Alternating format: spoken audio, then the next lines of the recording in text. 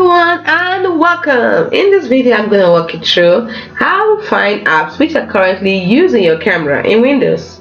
So you might be wondering, is my camera being used right now? And you're not aware, because some people can actually use some software somewhere and hack into your laptop or your mobile device and use your camera without you knowing. Well, I'm going to show you ways to find out. The first way you can do is the easiest way, which is the physical indicator light. Most laptops and webcams have a small LED light that illuminates when the camera is in use.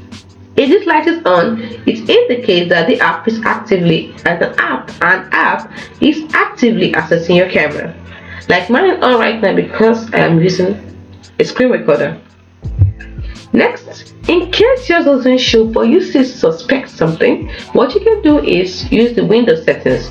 Now, how do you use the Windows settings? First of all, press down the Microsoft key, Windows key actually, plus the I key at the same time. It's open up your settings, and then you go to privacy and security and click on camera. In my case, I just go to privacy, and then I click here, click on camera.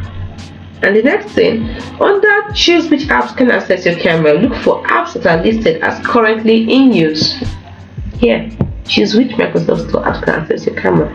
You can see, yeah, nothing. Whoa. Alright, I just remembered I turned off the camera. Yeah, that's right, because I'm screen recording and I don't want my face to show, so I turned off the camera. If I hadn't done that, you would have seen that I am accessing the camera right now. But you can see the ones that are last accessed here. If yours is being accessed correctly, you see currently in use written right there, currently in use.